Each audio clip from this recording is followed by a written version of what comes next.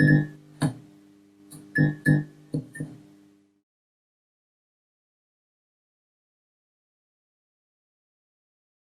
want to comment about your hair. Like before, you used to have really nice hair.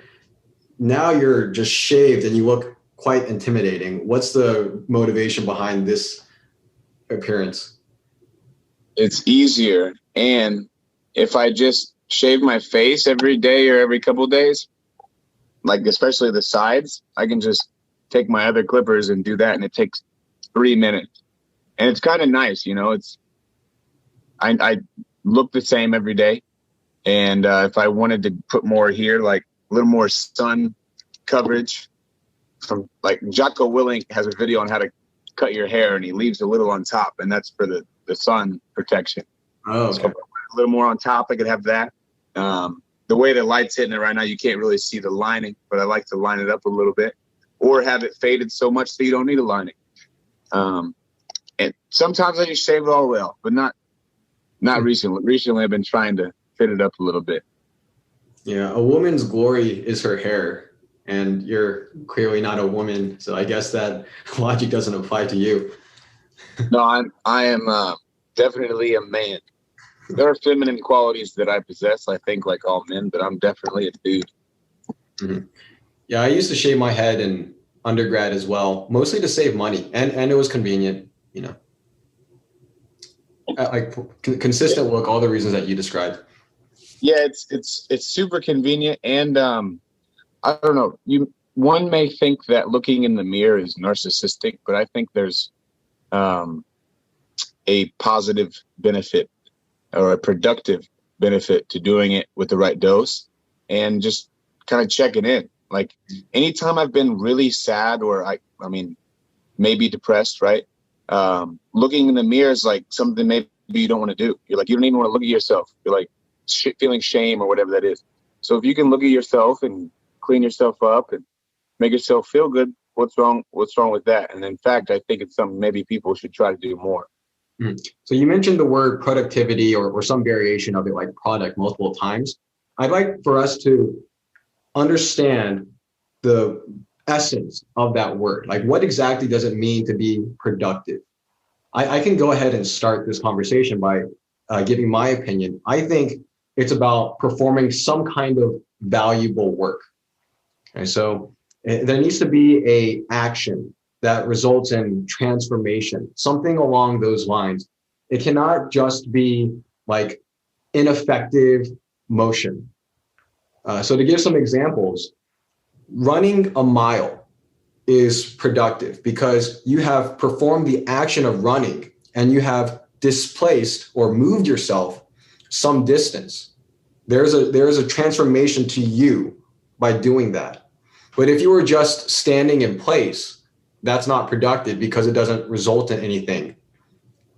Another way of thinking about it is just articulating a problem and solving that problem. So your problem might be wanting to hear music. Well, then how do you hear music? You first need to produce music. And then once you have performed the action of producing music, you have the product, the byproduct of your labor, your work, and that's the music. So to summarize, like I think being productive is fundamentally about doing valuable work. Man, if I were to start this, I was going to start with some questions, and you answered, I think, all of them, right?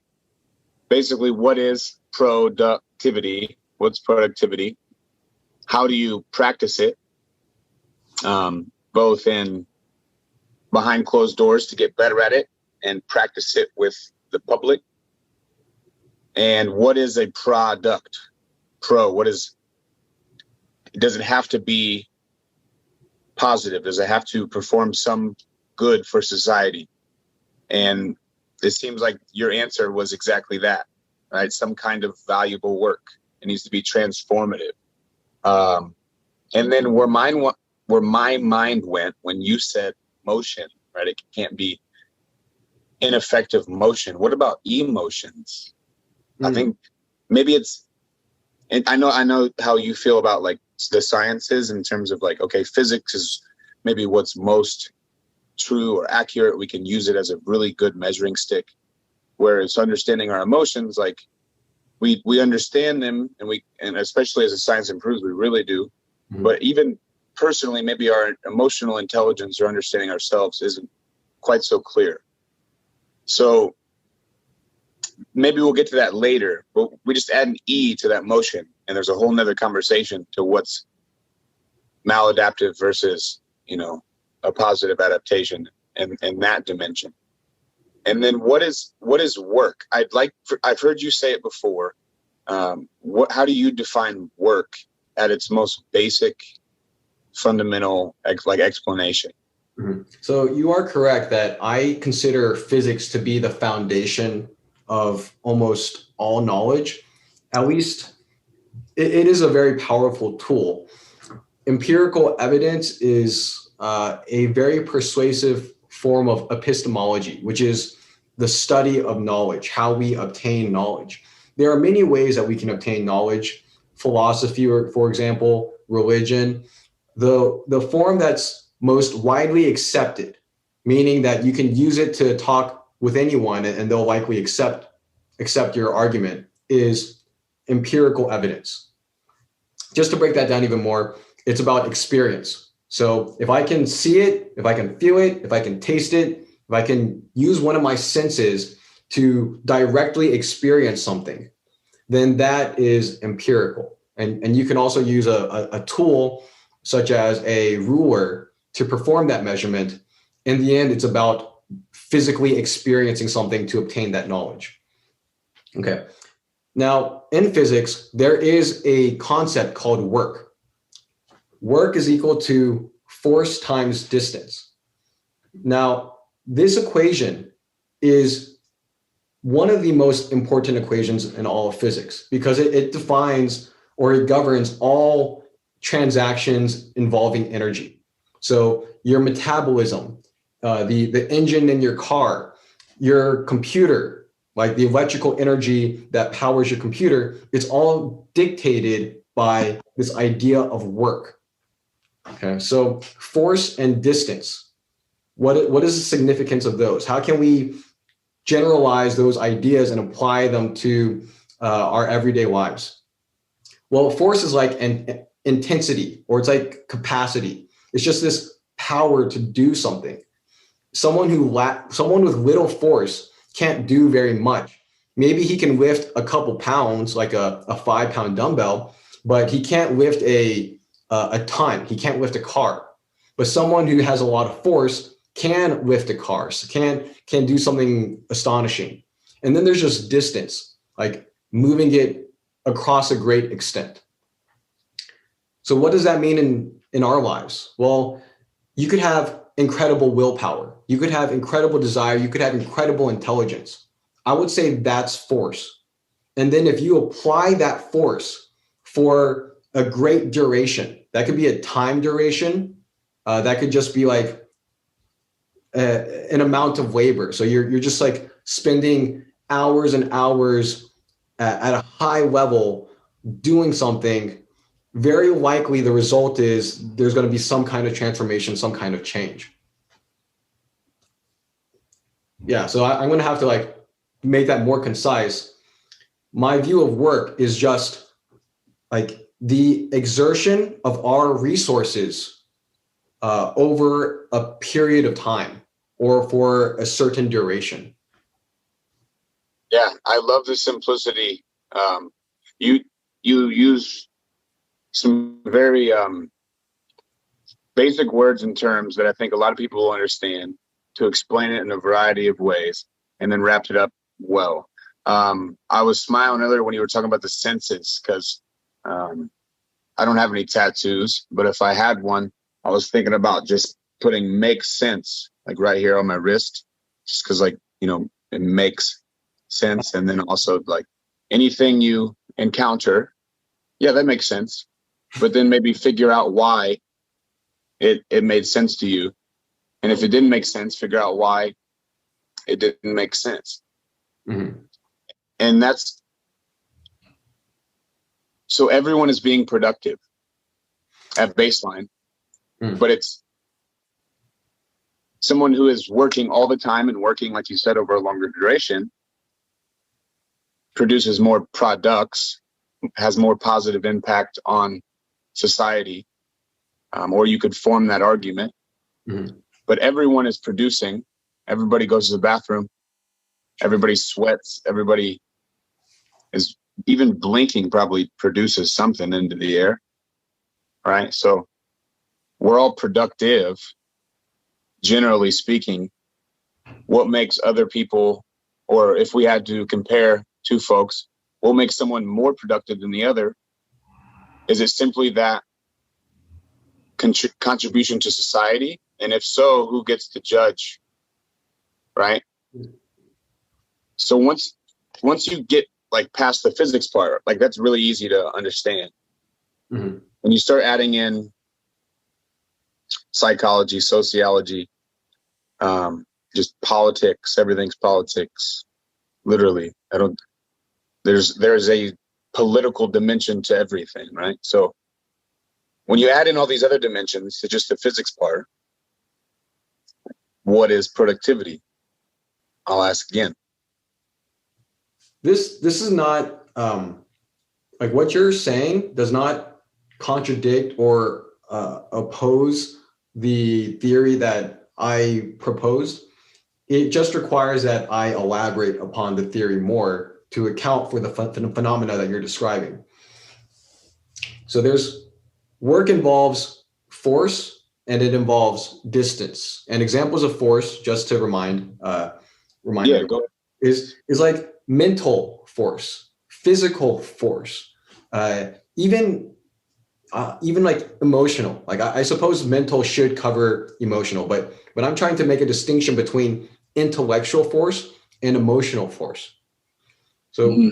if you're intellectually powerful, you can solve complex problems. It's like not everyone can derive like Einstein's equation, right? Like not everyone can not everyone possesses the intellect to perform or produce Nobel Prize winning work, right? That requires a special individual with a unique mind.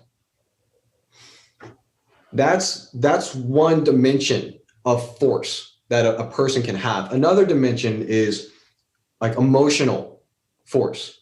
And by that, I am referring to like tranquility, resilience, grit. Because you can be very smart, but you can also be neurotic. You can be like belabored. I want to say like just tormented by demons, right? And they're making it. They can make it impossible for you to be productive. Yeah. So if you just have that strength of character, that fortitude, you are able to persevere in the face of great difficulty. And then finally, physical force.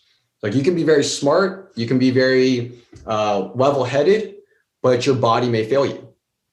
Like you could be like Stephen Hawking's, I suppose, even though he managed to fight through a lot of his circumstances. Like most people, if they were bound to a wheelchair, would find it almost impossible to do anything productive.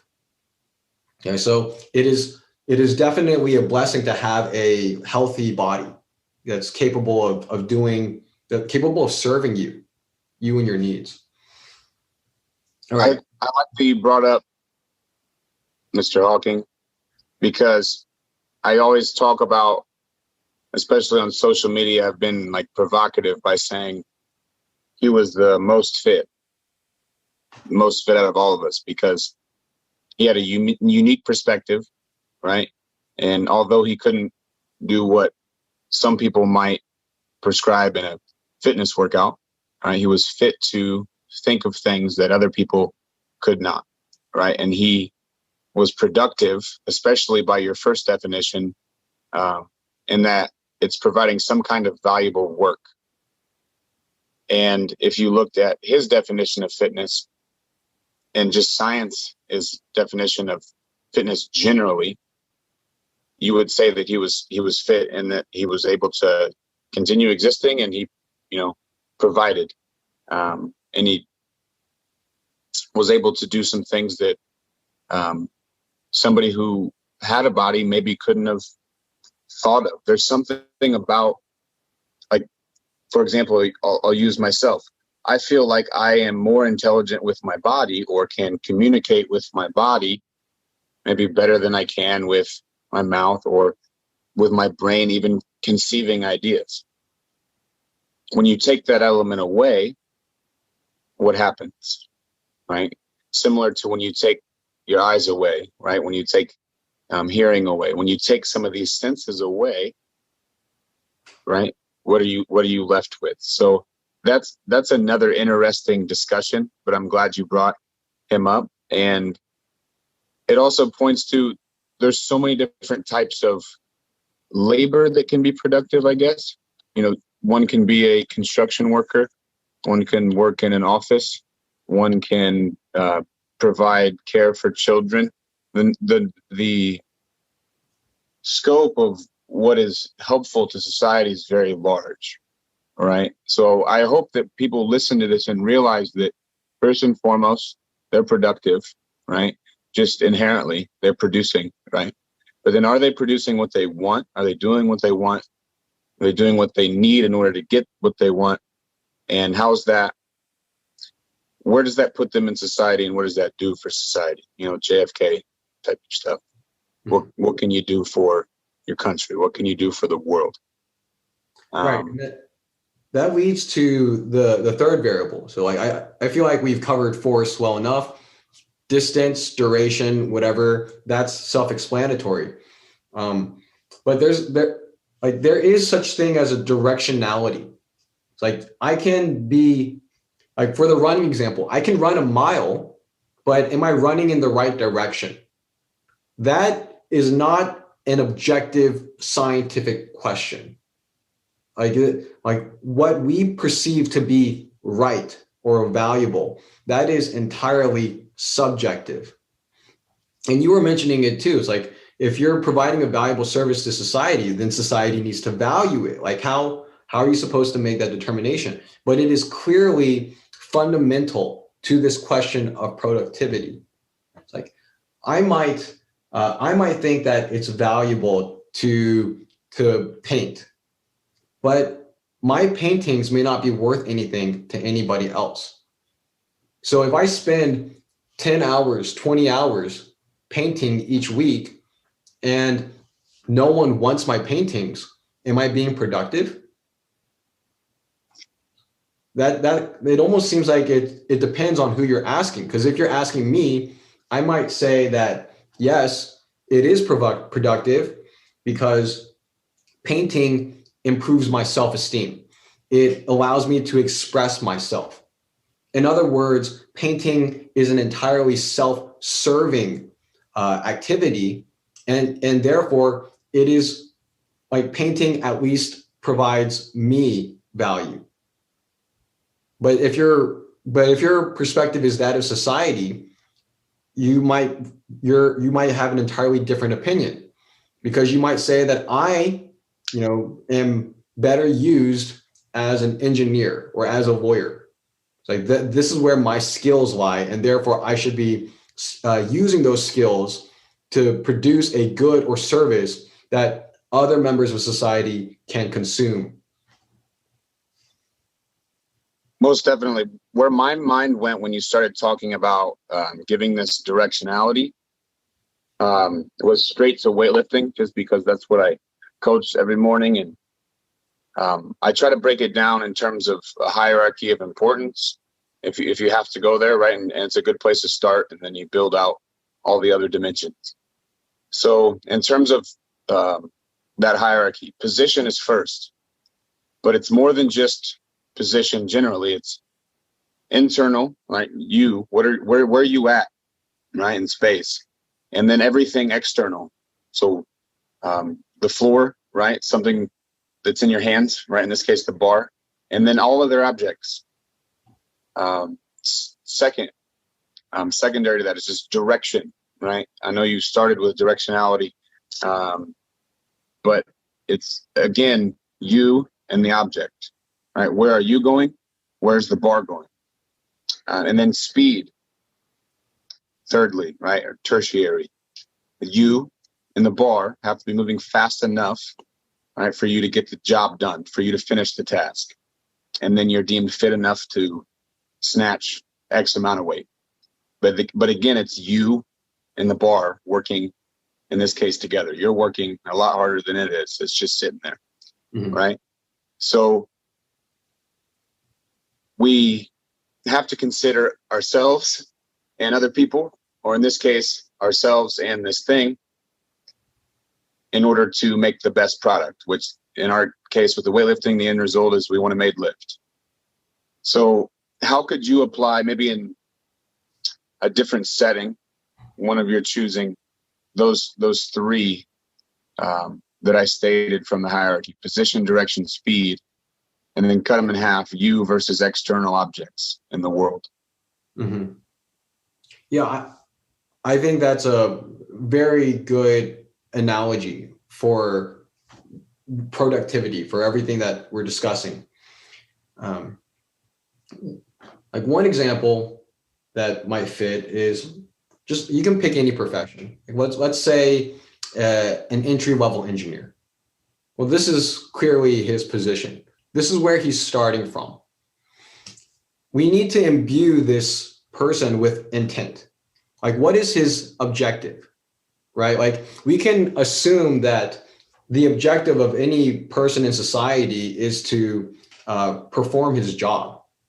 Like that might be overly simplistic, but I feel like that's almost a mandatory assumption. Like, I have to assume that the engineer is going to be an engineer. The doctor is going to be a doctor. The janitor is going to be a janitor. If no one does their job, society falls apart. Okay, so that might be the direction then. So if the position is engineer, the direction is that he's supposed to do engineering-like things, which is critical thinking, solving math and science problems, inventing stuff, the whole 9 yards. Okay, what about speed? Well, how quickly or how efficiently is he working? That might seem abstract, but if you look at his activities, it might be pretty obvious whether he's being efficient or not.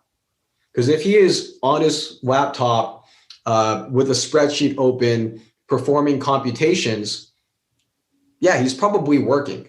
But if he's on Facebook, Twitter, YouTube, he's wasting a lot of time.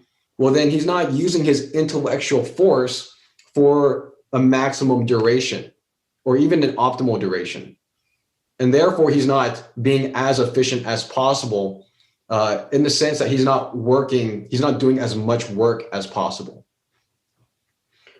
So I think that's a pretty good example. I still feel like it's always necessary. Like, I know that I consider physics to be very important, but I recognize that people are multidimensional.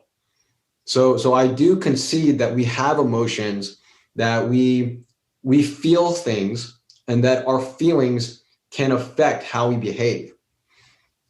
So go ahead. Yeah, continue. Okay, so it's always important that we correctly define the system and the perspective of the system. Is the system just the engineer, or is the system the engineer in all of society? Right? Like, because if it's just the engineer, well, all of those goals that I stated at the beginning, like, it's to do these engineering-like things, those might not be aligned with his personal goals, which could be living a happy and fulfilled life. If that's the case, are we sure that doing all that engineering stuff is aligned with his goals? Because if they're not, then he's not actually being productive personally, even though he might be productive professionally. Let's bookmark for another discussion, because I don't know where my brain will go if we start talking about this, but it made me think of Laplace's demon, in that, like, there's always this problem of the observer state, in that there is this quantum machine or a number of quantum observer machines all around, right? That make up this bigger one. And you are also one of those quantum machines observing all of that. So how can you ever look at the whole thing if you yourself are the thing looking at it? Mm-hmm. Something along those lines. And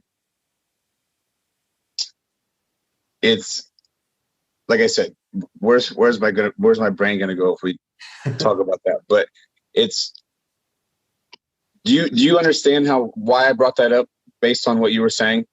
Yeah, it's about the systems, the perspectives, right? Like so it's articulating the problem and solving the problem. You have to be an observer and somebody who impacts material things. And it's as simple as that. So everyone is being productive. How you can articulate problems within the world or problems within yourself, and then use those things to come up with solutions. If I had to define productivity in a beautiful way, because truth isn't always beauty, but if it were, that'd be cool. That would be an eloquent way to say it.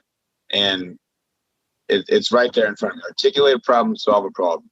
The Slavoj Žižek, the Slovenian philosopher who gets a lot of publicity just because his ideas, he's provocative, right? And he's intentionally provocative, but he backs it up with really good facts, and he's a great storyteller, right?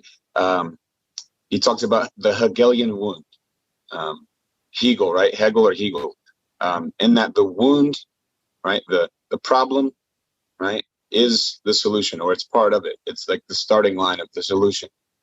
Back to exercise. If your knee hurts, right, and there's also, backstory with every person, but if I know this person can do lunges and today their lunges hurt, we're probably going to do a derivative or a variation of the lunge that doesn't hurt until we can't do what they could do in the past, mm-hmm. right? So the problem that we articulated is part of solving it, mm-hmm. and maybe that's the seed of productivity. Or if you needed a secret or flashlight, how do you look at this world and find ways to be productive?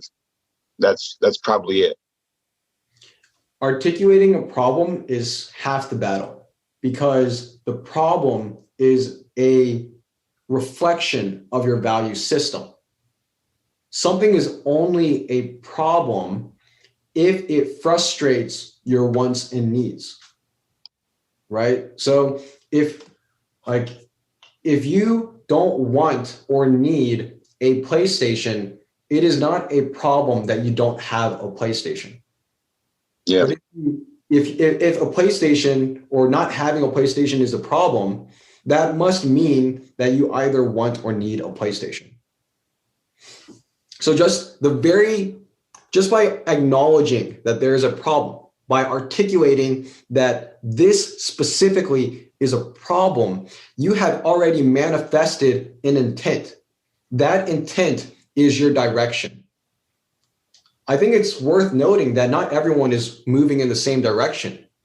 So this is going to be very intuitive. I can say that Republicans and Democrats are not moving in the same direction. Their political objectives are directly antagonistic. Is it an idealism versus realism in a basic sense, fundamentally? Like, yeah, sure. Way back to some of the people who've been discussing this for hundreds of years. One's more based in ideas, and then one's more in real life, but really they're both intertwined, and it seems like we're pulling away. Sure. You can look at the words progressive and conservative, right? Progressive is about progress. Conservative is about conservation. There's value in both. Like there's value in progress, because progress has the potential of yielding greater value. It's like consider any advancement in technology.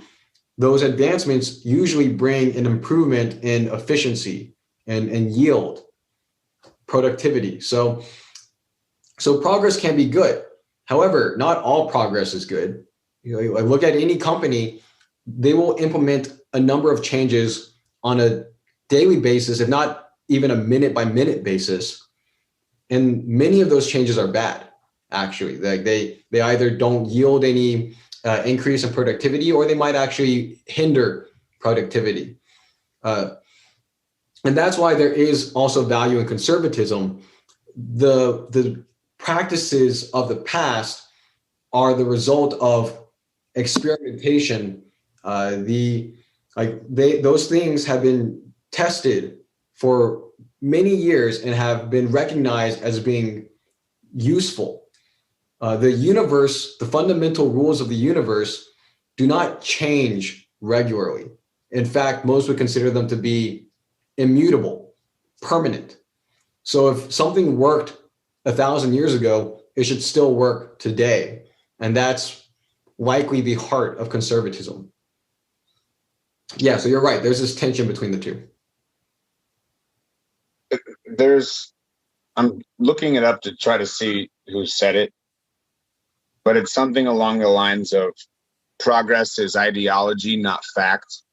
So what we deem as progress is more based on our ideas of what, reality or the real world is supposed to be.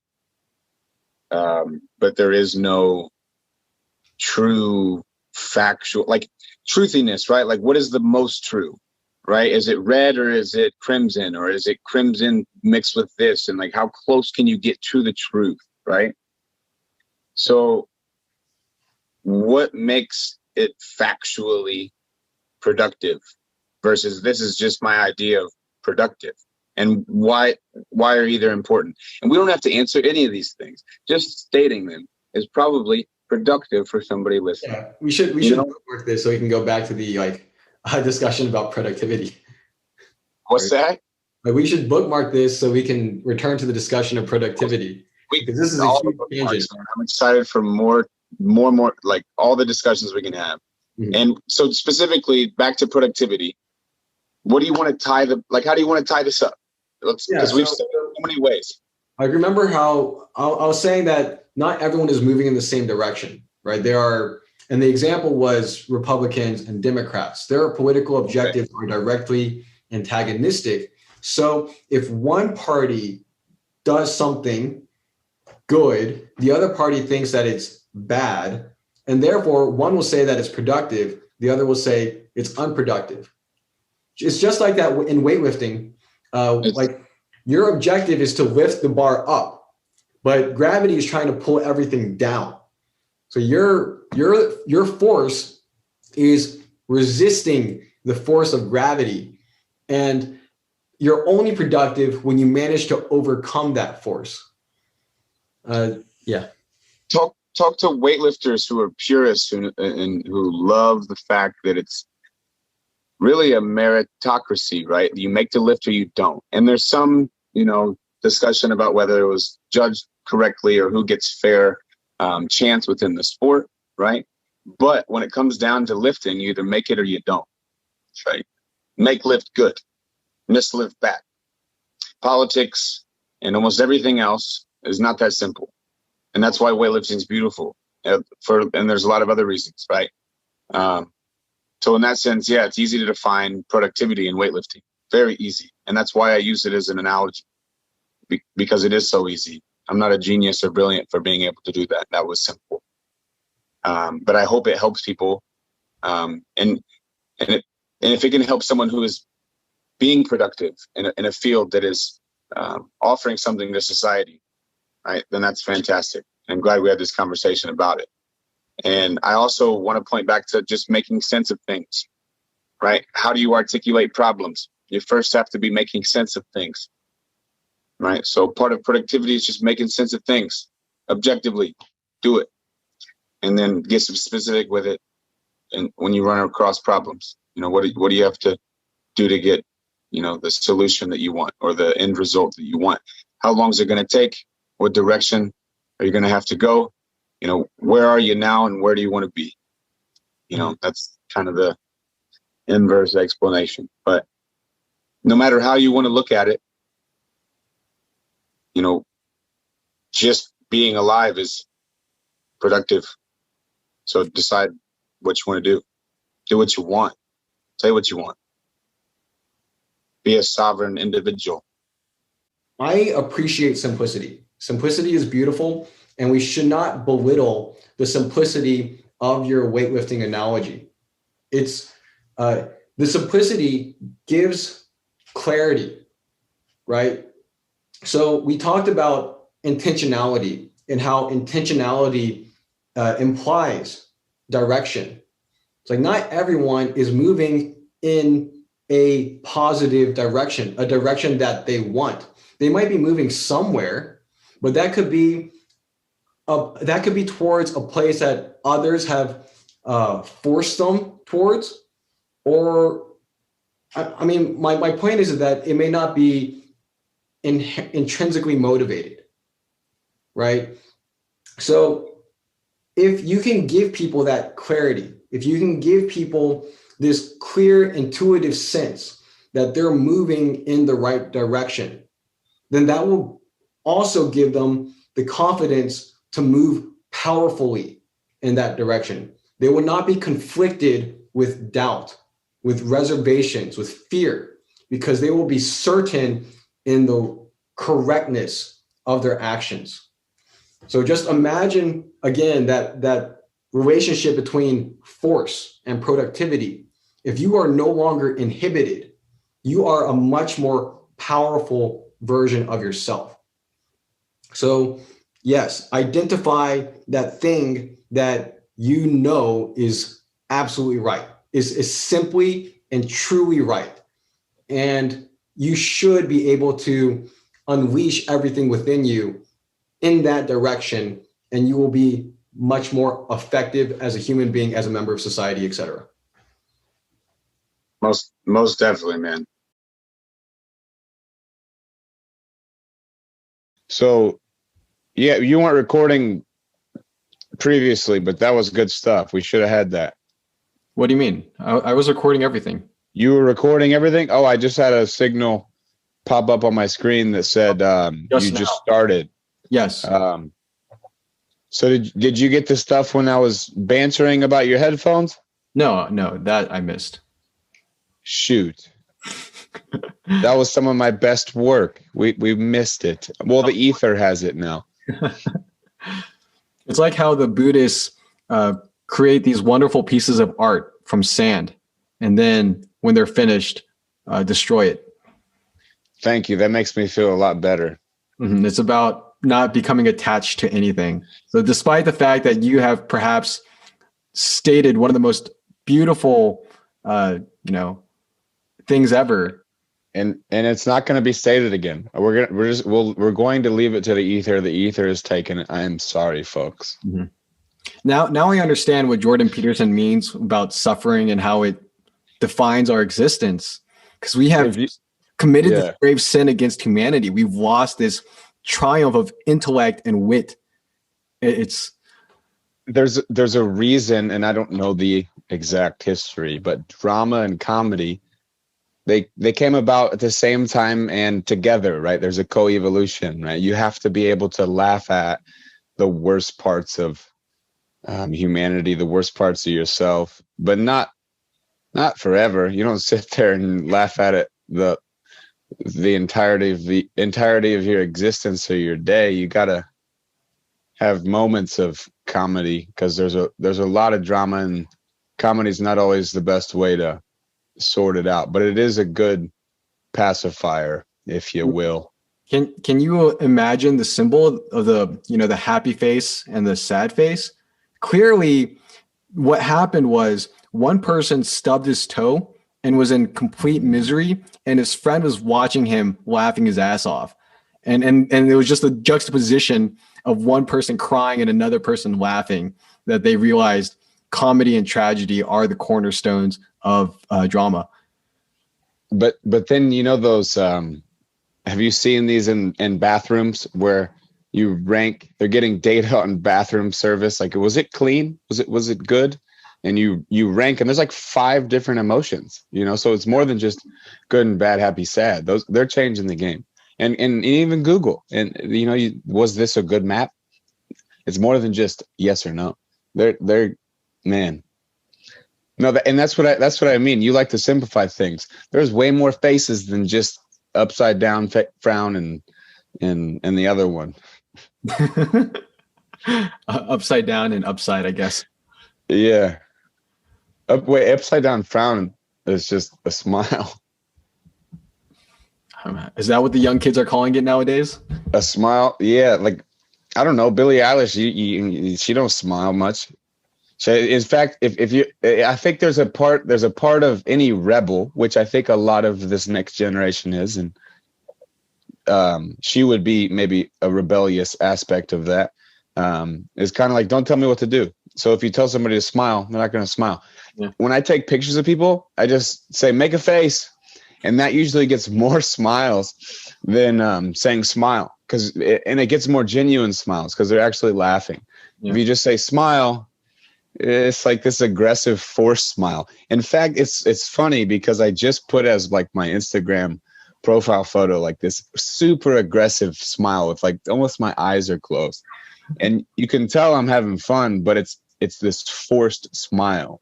And there's times, and somebody that I work with has pointed it out, where I'll just fake a smile, and at one point they're like, don't do that, I would rather you just not smile. But it's funny how we put on or force, parts of our character, and sometimes it happens to be a smile. Man, where did we start and how did we get there? Well, I know, but it's not worth repeating. So if the audience didn't listen to the first part and they're somehow just listening to the second part, I'm not sure how this will be released. The first part was much more formal. This part, as you can tell, will probably go on tangents, but that's okay. Yeah, we're just having a nice conversation between friends. So we discussed productivity, and I think we did a damn good job doing it. And now I think we want to go over how we've been productive, how we've been unproductive, just basic stories that we can share with the audience that might get them thinking about their own lives and productivity. Mm-hmm. Yeah, and I have some questions for you, Reuben, if I'm allowed to use your name, if that's in your real name. You have my consent, and that is my name. That is it. Reuben is my name. Mm-hmm. So, Reuben, you look like a physically imposing person. Do you have any? You get that through Zoom even? It's a shaved head. We kind of went over that in the last one. I'm not sure if we recorded that. I probably did not. Again, best work gone. Ether stole it. That's probably my fault, though. I should have been recording that. That should be my policy. Record everything. Yeah, and then have contingency plans. We record it twice. Mm-hmm.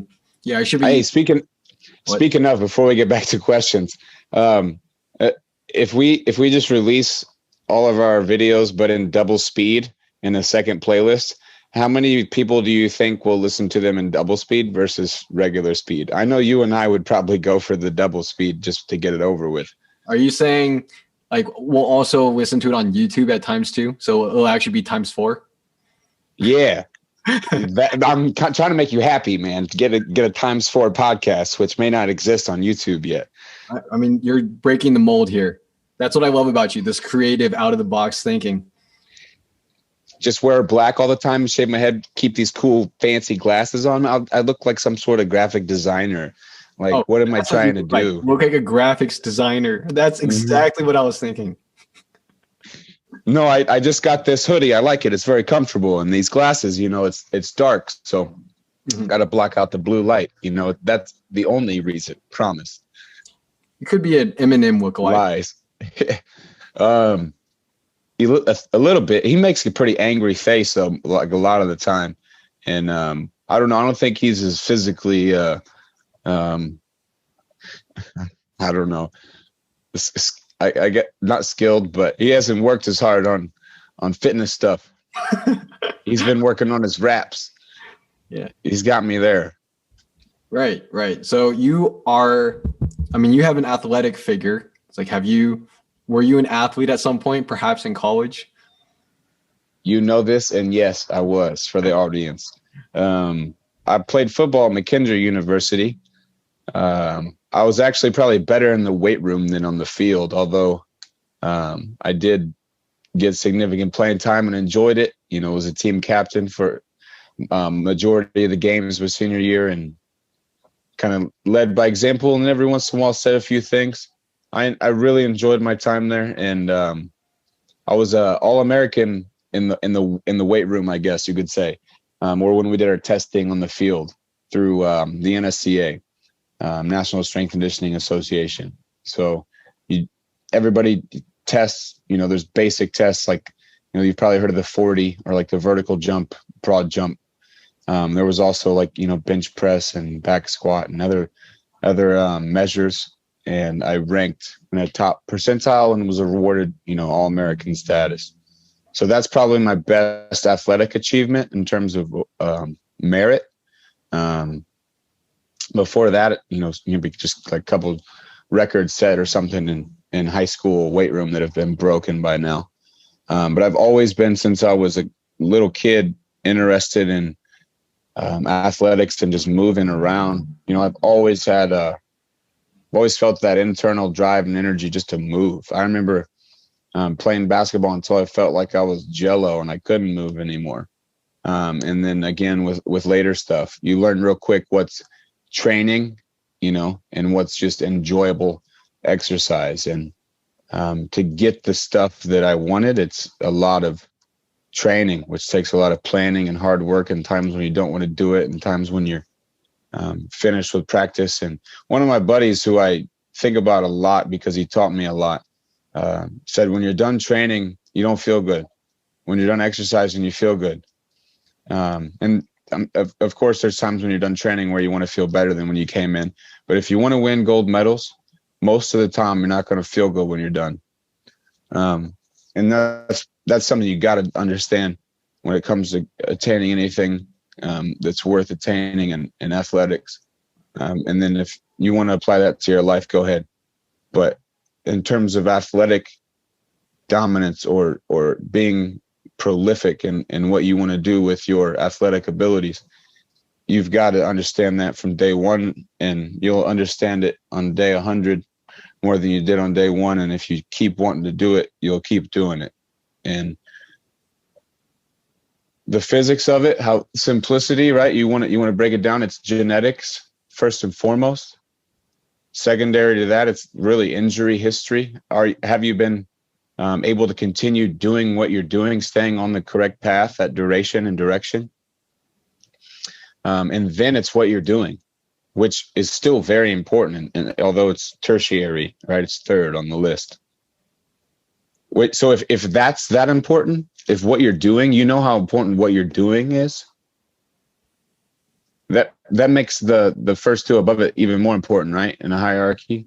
So being able to be consistent for a long period of time without getting hurt, without having setbacks, is more important than what you're doing. And then who you are genetically, which don't like, you can, epigenetics are a thing too, like your environment and how you've been brought up and what you choose to do can change your DNA. That's possible.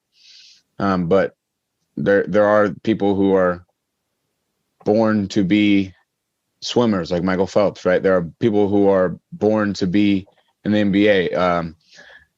Dr. McGill has a presentation where he worked with a forensic anthropologist who could look at a hip and say, this hip is probably, from this ethnicity or probably was this tall, all these different characteristics and traits, which he said then later was like, I can look at this hip and say, this hip is not going to play in the NBA. This hip is more likely to set weightlifting records. So there are very fundamental, important things to your success in athleticism that sometimes you can't get over, right? If you're not an Olympian, you're not an Olympian, but you still keep working, right? I didn't play Division I, but I got to play Division II, and that was really fun. And it was as close to that feeling or my dream of playing D1 as I could get, and I took it and I got an education and it was fun. As a kid, of course, you would dream of going to the NFL or just going as far as you can. And then somewhere along the way, you realize that's not going to happen, or the likelihood of that, is really low. And you've always been, in this case, focusing on education or social life, but maybe towards the latter years of my career, I probably wanted to focus on those more. I remember having more feelings of like, okay, let's get this over with, but always bittersweet. Like, I still want to play. I still want to do this. And I had a concussion and some hamstring stuff towards the end of my career that probably brought those thoughts about even more. But I always wanted to have fun and wanted to, do a good job. That's another thing, is there have been coaches or leaders in my life that inspire that feeling in me. And I want to do a good job for you, right? It's like a paternal instinct. Like, I want to perform well. And usually it's because they speak well, they carry themselves well, they do well, right? Or they themselves were good at the sport you played even, right? But it doesn't always have to be that, right? So you also start to learn, especially later as you mature in your athletic career, it's like, who do I want to like emulate? Who are the people that I can learn from and try to be like? And like I said, if you want to carry any of this to your real life, it's up to you. Do what you want.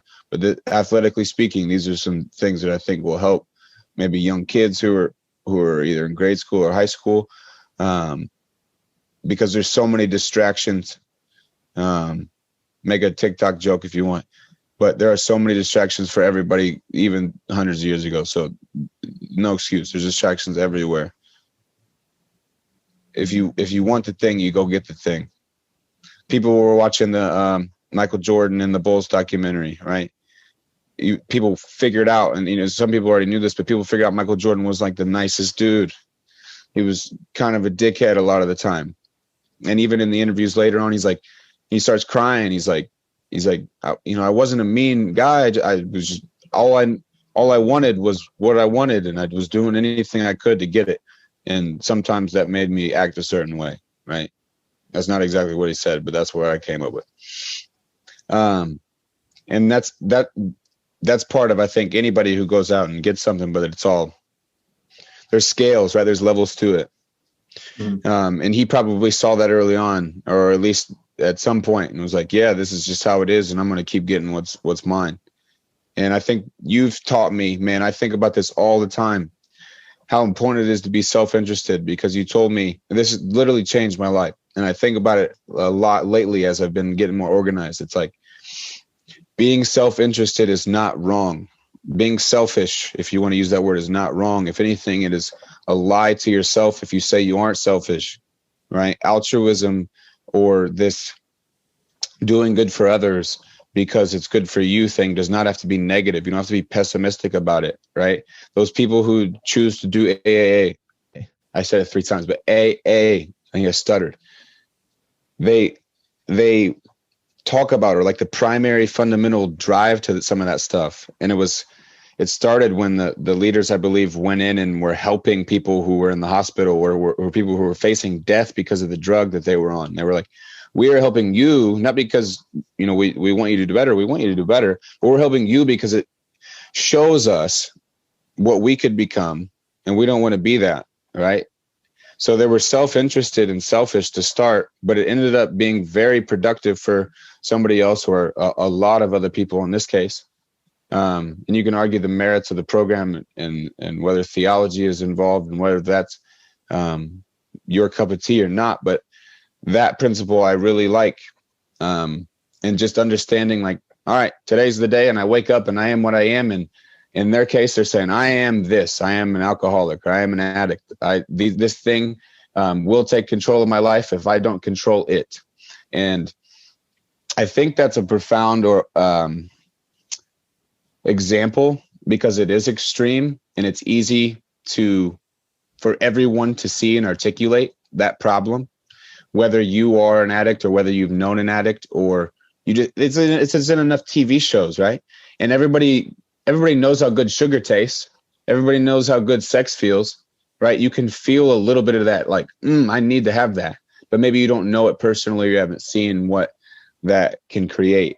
But that drive to that extreme, that addiction to what you want. And in this case, it was like, for me, it was really the weight room stuff to get ready for football. I would sweat and like be nervous the night before going to like bed, thinking about, okay, I got 5x5 at this weight. Last week I did this. I mean, I'm so excited to do this. And then it would obviously lead to like, okay, I'm going to win trophies. I'm going to score touchdowns. But it always started like in the weight room with like the program. And I would lose sleep over just like thinking about the next day. And I think anybody who's ever gotten something probably can feel something like that, you know. And if it goes too far, maybe it becomes a disorder, but that's why the DIS is there. It brings order if it's not a disorder,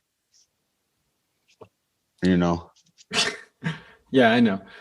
Man, if words are an indication of how we think, we at least know that you are a prolific thinker. You are not a typical meathead, which is a stereotype that people might assume just from looking at you. No, like you're a very complex individual who's capable of like seriously considering a number of factors, and you are astonishingly honest with yourself.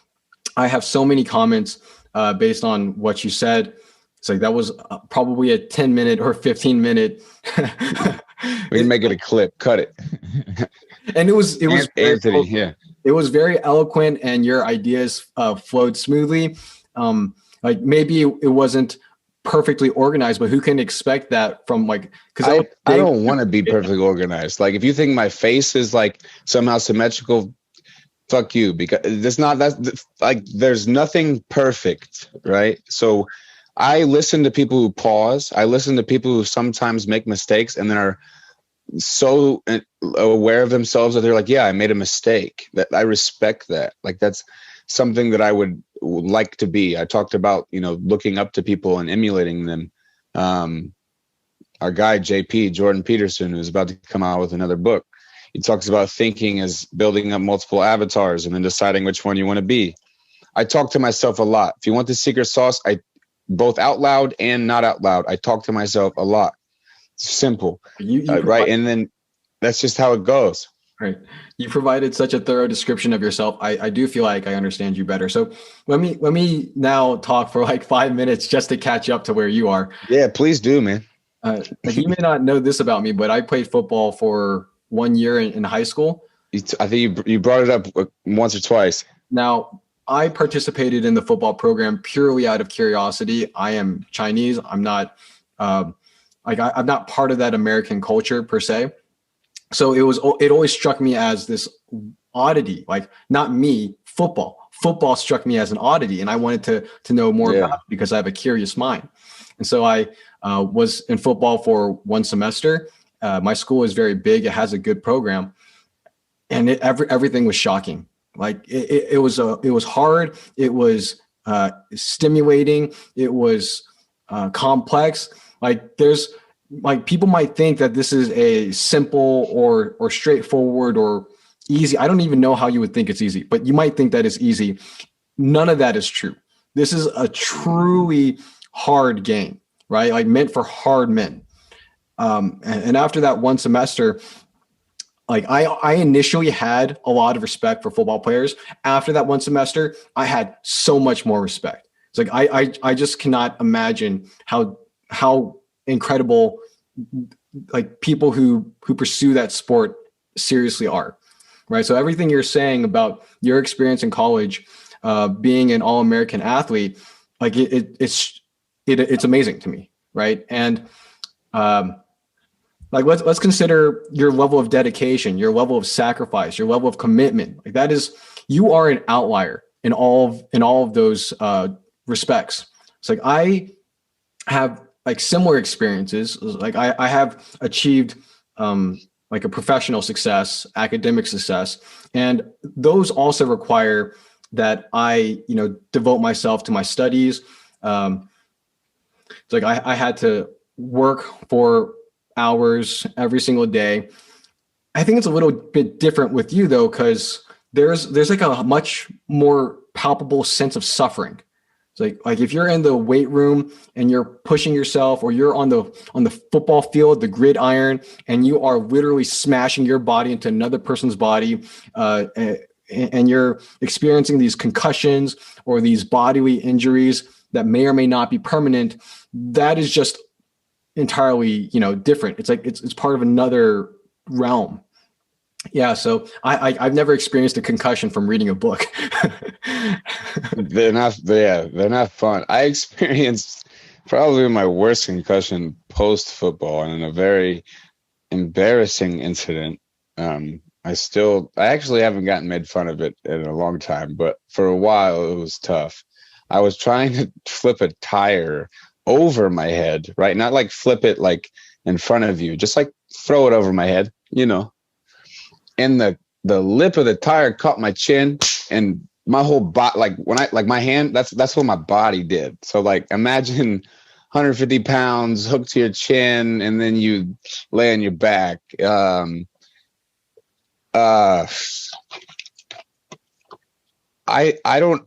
There's this feeling when you get a concussion and you have a head trauma where you don't know if you're coming back. And in the moment, it feels like a long time, but it's probably milliseconds or a second. But you feel like you're gone. In this case in particular, it was like static land where nothing existed except for static. And wake up, nose is bleeding a little bit. I've been here before, right? That's what I say to myself. I've been hit in the head before. I'll be all right. I walk over to the bathroom, see that not only is my nose bleeding, but my face is pretty messed up from the tire too, which wasn't fun. And then obviously it was very apparent, even more so than football, that I had a concussion. And the next 48 hours kind of sucked, but after that, it's not bad. I honestly think some of the worry afterwards, especially with all the CTE talk, was somewhat worse, just from like emotional standpoint and duration standpoint. Like it's like, oh man, am I going to be okay? Am I crazy? Mm-hmm. But no, the head stuff's nothing to mess with, man. So I'm really glad that you didn't have any of that. Did you have any? Do you like? That brings me to thinking about like maladaptive study habits, or have you pushed something so far that you felt the repercussions and had to recover? Not from football, not from studying either. I tend to take care of myself. I will pay attention to all my activities. So like if I were to compare myself to my peers from law school, I would work far fewer hours. Now, my performance might be better relative to the number of hours that I spent, but in terms of the overall class, average, I was about average, maybe slightly better than average. Still, when you consider that most of my peers are spending 30, 40, 50, 60 hours per week outside of lectures studying, and I'm not doing nearly that much studying, I'm in a much better position. And then you also need to consider the ramifications of working so much every single week without breaks.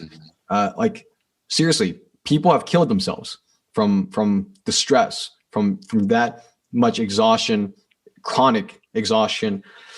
But I want to return to talking about you, because I feel like your experience is much more relatable. Like it's just like it's more visceral. It's easy to understand. Right? Like, that's part of the reason why that weightlifting analogy from the more intellectual episode was so good. Right? Yeah. Which now that we're thinking about it, I think, man, this is a good teaser for that. Like, I love the way that we're talking right now. I think people are going to enjoy it as well. Mm-hmm. And there are things that we're referring to that I think they might be very interested in. It's very meta of you to refer to another podcast while we're in the middle of a podcast. I want to break every wall, 4th, 5th, 6th, 7th, 8th, 19th wall. Sure. Break them all. Okay. How many does Eric Weinstein say there are? Like 14? I don't know. That's an inside joke with myself about his theory of everything, his geometrical unity thing. Okay. But we can do that another time. I am willing to acknowledge that there are people much smarter than me, and Eric Weinstein is likely one of them. So let us not talk about that at the moment, and it'd be too overwhelming. And I do want to focus on on like your drive. Okay. Because we talked about productivity and how productivity is a function of force and duration. And you have described just this incredible force. Like you have physical force, you have emotional force, and then you have this like intellectual force. It's just, you have the trifecta. And you applied that for such a long time, ever since your youth. And that's why you achieved something that very few people have. Like, okay, maybe some people expect you to reach the NFL. You like statistically, that's almost impossible. Like reaching, even playing Division II or, whatever football, that's also very difficult. Most people don't play college football at all. 99% of people don't play college football at all. If you were to say it like loosely, if you were to say like to your kid, like, no, that's impossible, you can't do that, a lot of times you wouldn't be wrong for a lot of the reasons that I had mentioned before. The probability that one is going to even get to that level, you're right, is very low. But there are also a lot of people. So that stat is, it's impressive. But I also realize, like my coach was like, how many U's I could get? Like there is an archetype. There's a list of characteristics and traits that you need to be that character on the field. You have a number, you got a jersey, it's a play, it's a performance, right? Mm-hmm. Like I am a strength conditioning coach by trade, but I would prefer to be called a performance coach. I would like to think that I can get you ready for any performance, or at least be a component of getting ready for that, right? And what that means depends on the individual. Mm-hmm. But I am so much more interested in helping people be productive towards something that they want. Please, if you just do what you bleeping want, I wanted not to curse right there. There's other times where I want to. I didn't feel the need because it felt fake. So I didn't want to do it. I didn't do it, right? Do what you want to do and realize that there is a stage to perform on, and elements of your performance can be practiced. Mm-hmm. This is what I wanted to highlight. Your drive, your desire, right? Like I've talked to a wide range of people. I just enjoy talking. I like meeting new people. And some of these people have told me that they're complacent, that they have no desire. That's where my sadness comes from. Sorry to cut you off, but it felt appropriate. Like I honestly, if I get sad, it's because I myself have not lived up to the expectations that I've set for myself. And then when I look out and see other people, which it shouldn't affect me, right? But if I can't connect with other people, which is why I appreciate our friendship, because we can talk like this, it almost makes me upset, or I numb that feeling of upsetness, and it ends up being maladaptive. So like I love stuff like this, and any of my disposition towards society is like, man, let's go. Like, stop doing the stuff that makes all of us dumb and do political things that are also maladaptive. That's all I'll say. Like you want to make better politicians, make a better you. I'm not the first one to say that, and you've heard it. I've heard it. I've said it to myself a billion times. Every time I get on the phone, like on an Instagram story, I'm just talking to myself. But there's also the powerful, like, probably true in some philosophical sense. Like I'm talking to myself. I'm talking to you, but it's like what I said before. I'm talking to myself all the time, whether you're around or other people are around, or this is going to be released. It doesn't matter. Mm-hmm. Or if I'm talking to my cats, there's still an element of self within it, right? So if you are self-interested, you should probably watch what you say, watch what you do, for a whole lot of reasons other than yourself. Right? Man, put it on a fudging t-shirt. Yeah, but let me talk for 5 minutes. Go ahead, man. You taught me that. Like the self-interested thing is yours. Like that. I know. And that was brilliant. That's the most brilliant thing you've ever said to me. That's something I want to elaborate on as well. Okay. But I still want to. Please tell me where you got it. Cause I know you're brilliant, but you didn't come up with that, right? That's taught within you. Like you processed it. You had those conversations with yourself in order to say it. Sure. You learned it. And even your articulation of it is not exactly like what I said. How you would say, yeah. So, but I want to go back even further because this complacency point is extremely important. It's like we talked about work, how it's about force and duration, but there's also a directional component, and a lot of people don't have that directional component. They don't have, because they don't have any desire. It's like you need to want something. You have to need something.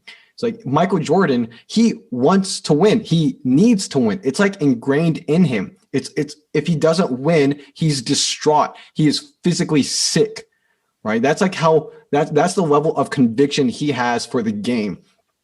And so you cannot possibly argue that he didn't have desire. He didn't have intent. And when you are that driven, it naturally follows that you're going to be productive, that you're going to devote every ounce of your being into your craft. Like Michael Jordan is strong. He's not the strongest person ever. Okay. Like, but he was able to give 100% of himself every single day.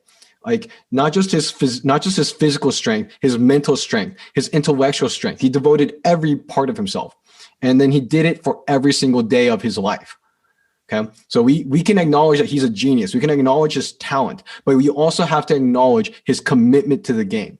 And that's like, I don't want to say that there are classes of people, but those exceptional people, those outliers, they possess exceptional drive.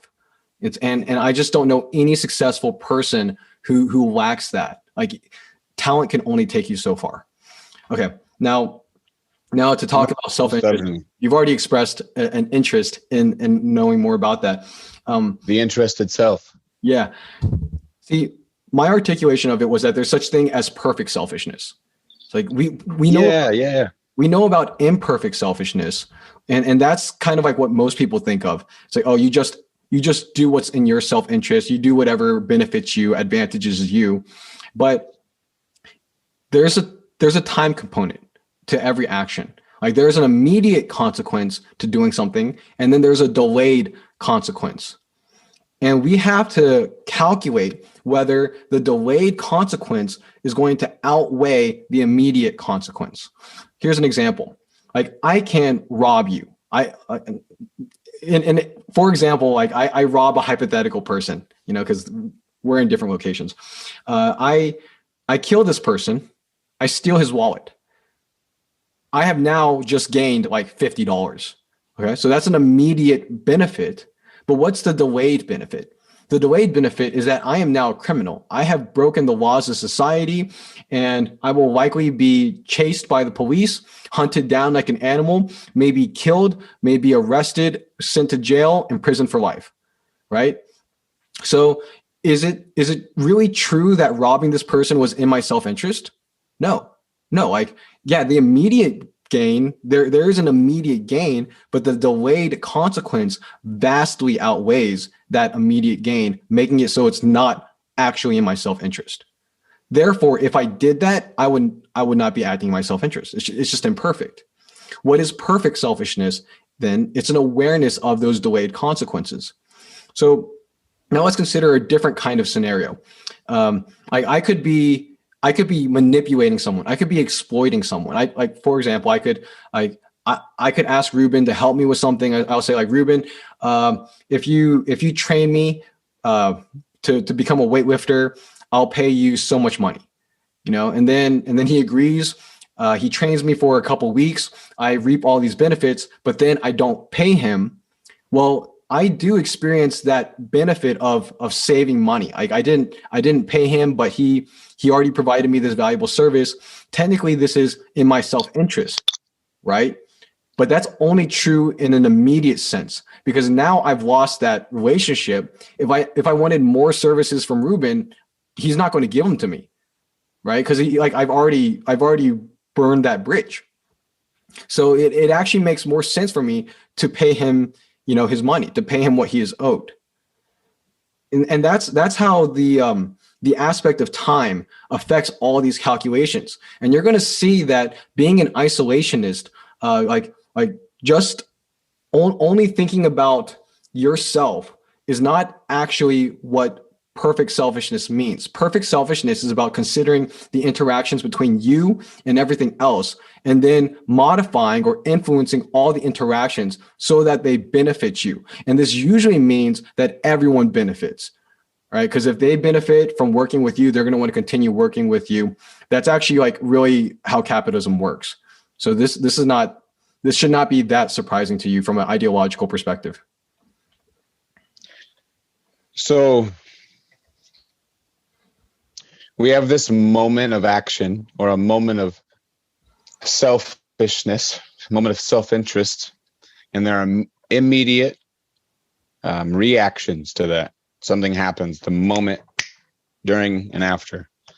And there are delayed consequences, also reactions, right? So what separates those? Time, right? So we're weighing immediate reactions versus delayed reactions over time, from the moment of self-interest, from the perspective of some later point in time.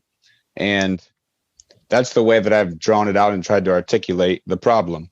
And you, as a better mathematician than I, could write out an algorithm, and we've just figured out, right, your idea of, objectively speaking, perfect selfishness. And we are striving towards that. It may be unattainable, but we strive for it.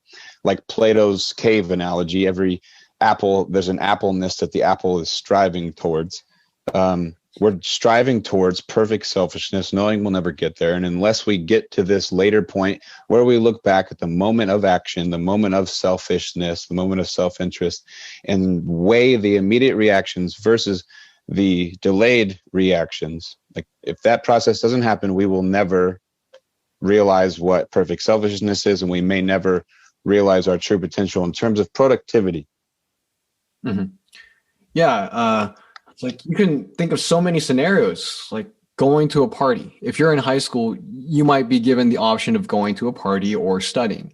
And to some, this might be a no-brainer. Go to the party, have fun. You only live once, right? But then what if this is like a habit? Like you're going to this party every single week and you're never studying. What's the long-term consequences of that behavior? Your education might be compromised. Like even if your education isn't compromised, your work ethic surely is. You're probably not doing some valuable or rewarding internship while you're partying all the time. So you really do have to consider all the possible consequences of your actions, not just the most immediate and intuitive ones. And the further that you can consider or predict, the more accurate your assessment of, the value of your actions is. And yes, as a self-interested person, your goal is to maximize value. It's to optimize that. So I just gave my most, in my opinion, the most articulate explanation that I could give at this moment in time, based on this current observer state and my thoughts of what had happened. Here's my if you could do one thing, or the one quick trick, like ad that you see on Instagram for this idea, if I could explain it that way. Oh, like it's 1 minute. It's like there's stress, there's general stress that you are going to go through, right? Mm-hmm. How much of that stress can you make good? First, perceive as good and be right about it. Not just saying, okay, this stress that I did was good for me. No, that doesn't work, right? Can I look at studying for 3 to 6 hours a day as good for me? How much of those hours can I convince myself truly and believe it and be authentic with those thoughts and those actions? What percentage of my objective stress number can I fill up with eustress versus distress? And of course, there's going to be distressing moments. There's going to be traumatic moments, like flipping a tire on your head, or like someone way worse than flipping a tire on your head. Someone dies. That is automatically distress objectively, right? Even scale it back down, right? Because it's all just like the other side of the coin. Me talking right now is stressful, right? And if for whatever reason I'm like, man, my lips are getting chapped, man, this is distressful. I don't like this. It may impact me, right? But I've chosen to see this thing as distress versus eustress. And that has a big impact on my general awareness of all things, because it's all stress, gas, right? General adaptation symptoms, stressor, adaptation. What is happening to you when you walk into a wall and you smash your face on it versus you walk down the sidewalk and there was no wall? I think this is becoming too abstract, because I want like this. But it's fun. I'm having fun. You're having fun, but I do want to make this a more grounded discussion. And by the way, if you ever start talking like this, I'll know what's happening, right? So it's Slavoj. I've been brainwashed by Slavoj Žižek, the Slovenian communist that provocateur that somehow is communist, but his explanation for it is far better than any way that I could explain it. Just go listen to the dude. There's hours and hours and hours on YouTube. Listen to it at double speed if you have to, but only after you understand how he talks, because he does talk like this. He has one on Christian atheism that I think you would really like, Zach. Oh man, dude. Like I said, provocative, right? Christian atheism? What? And then he explains it and he's like, yeah, that makes a lot of sense. Mm-hmm. You can be Christian and an atheist at the same time. Whoa. And then that's why he's so like, and right. And you kind of look over here, but you're skeptical. That's what you should be. I'm still skeptical. Right. But it's so wild, and why he's so like dangerous to some certain groups, because he's willing to talk about everything. Everybody gets it, just like a good comedian, only he is a speaker. Well, he's an intellectual speaker. I wouldn't like that, because I have a feeling I know what he's talking about. Like there are people who say Christians, but who don't behave like Christians. I'll need to watch it to understand. Yeah. It. Like I said, sorry, you have me talking like him now. Keep in mind he's provocative, so he's going to try to draw an audience, and naming something just like naming a YouTube video, clickbait, something exciting. People are going to watch that or listen to it more, or it's at least going to be captivating for the first 5 minutes that you're listening to him, because you want to know what he's even talking about with this title, right? And then it's more of an allegory. It's not like literal. It's back to the truthiness thing. Is it truly true? What, and to what percent? And how do you argue that? Mm-hmm. So it's a fun thing that he does, and I happen to like it because I'm kind of a not an arsehole, but mischievous. I like to be mischievous. I like to be provocative. Gets the people going. Mm-hmm. Okay, so I want us to identify the particular facts that have contributed to you being productive, and as well as me. And I feel like we've already identified some of them. It's like your work ethic, your critical mind. Like you're clearly inquisitive. You're clearly willing to experiment. So you're open, right? And these are actually personality traits. Like we've already highlighted conscientiousness, openness, maybe agreeableness or disagreeableness. Extroversion, yeah, you're very extroverted because you were like a team leader on your football team, and mm-hmm. you're emotionally sound, so you're not neurotic. And while neuroticism can be a positive attribute in that it allows you to experience these euphoric moments, these euphoric highs, it can be a disadvantage because it inhibits your work. It can bring you to such lows that it cripples you and prevents you from being productive at all. So you're emotionally sound, like you're always the master of yourself, the captain of your soul, something along those lines. Yeah. You're in a good position. So it's just like this body of work ever since you were young that has allowed you to be the like phenomenal athlete that you are, and you're applying that to other areas of your life as well. Like I know you're doing a lot of business. You're pursuing a lot of business endeavors, and like it is inspiring how hard you work at those things, trying to be more successful, trying to like. And I know money is not your primary motivation. I'm sure there's a lot of it is right now. Okay, but like I'm pretty sure that there's just like you are inherently ambitious. And so like just working hard like this makes you feel good. And like my expectation is that eventually you're going to be able to capitalize on these opportunities and make something of yourself. Yeah.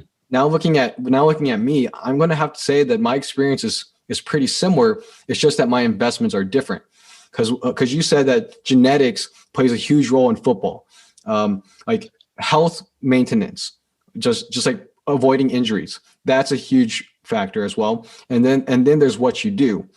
Like genetics plays a role in that it almost filters people, or it distributes people. Like Reuben is made for football. I'm not made for football. I weigh 145 pounds. Mm-hmm. That's not great. You could have been a really good kicker if you just focused on kicking, and that's all you did. Just like Tiger Woods focused on golf, right? Some of the skill positions, right? If you're just really skilled, the genetics maybe don't matter quite as much, but it still helps to be genetically fit to serve in a football uniform. Yeah. So but I hear you. I don't genetically, because of genetics, I don't have that physical force or that physical capacity to be a professional football player. Even a kicker, I'm sure that they're taller than me. Their legs are longer than mine. They're more athletic than me in some way. So my buddy Carl's like 6'6". He was a kicker in the NFL. Yeah. He's like, they're huge, especially punters, super long. So yeah, sorry to cut you off, but you're right. That is correct. Yeah. So like, even if I really wanted to do that, I probably couldn't do that. Impossible is perhaps not the right word, but it's so impracticable that it's not rational to pursue that. Right. And that makes it effectively impossible. That's a wise choice. And you're smart for doing that. Mm-hmm. So I need to be aware of myself. I need to be honest of my capabilities and allocate my resources in a way that will optimize my own happiness, optimize my own success. So if I'm good at math, and I am good at math, you are, because I'm Chinese, then you are. Like Andrew Yang, he's not wrong. Y'all are good. Yeah, right. So that's what I do. Like I need to go to my strengths. And then I need to rely on my strengths. That's one component of work. And then I need to apply myself for a while. And that's what I did. And that's actually why I've been very good at math ever since I was young. Maybe that's a snowball effect. Just since I was doing well, I felt good about it. And then I kept doing it more. And it was the reward system just continuously motivated me to improve at that, until it culminated in me becoming a mechanical engineer and ultimately becoming a patent attorney. Yeah. And congrats, by the way, on recently, well, not so recently, no, passing the bar. Right. So that's, I'll wrap it up here so you can also contribute. It's like productivity fundamentally is about first identifying a problem, like Reuben was saying, and then pursuing that problem. Hegel. Right. And the problem is, and many times the problem is so big that it requires persistent effort for years. But if you have the strengths and you're honest with yourself and you really know that you have the strength and you also have the desire to persist, then eventually you will be able to accomplish something incredible. And it seems to me that everything that is difficult, everything that is awesome is also valuable to society. And so you will be rewarded for doing something that almost no one else has done before. Thank you, man. And that's a good segue, great segue to my question for you, which was, how productive do you think your tool that you developed, MemScore, how productive has it been in your life? How productive do you think it can be, hypothetically speaking, for someone else? I've used it. You saw me use it. I failed the MemScore test. My memory was bad. My working memory was bad. Why am I, as you say, so so smart. What do you mean? What do you mean? My MIM score is like 3. But I love the tool, and I helped you in some ways, like Shake and Bake. I helped you do some lit review, and like I can explain it really well to people if we were trying to sell it.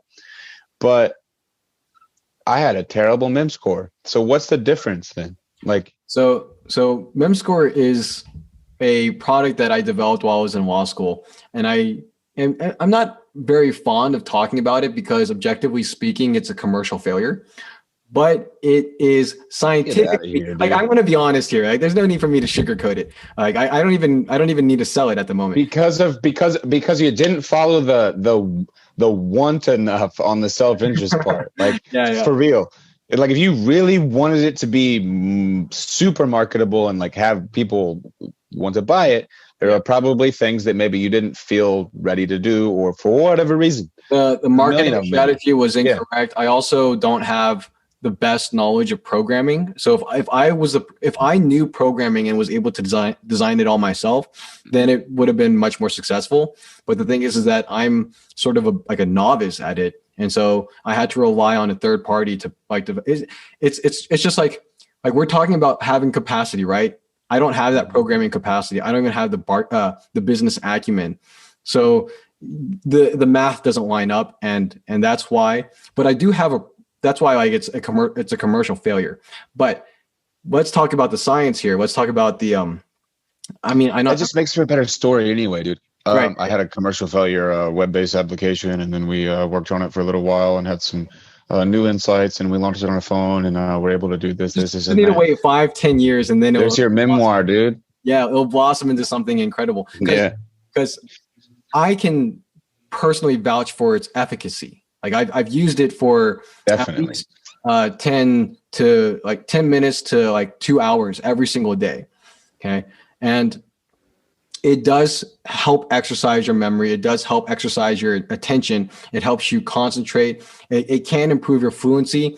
Like, I used to not be as confident in my ability to express myself.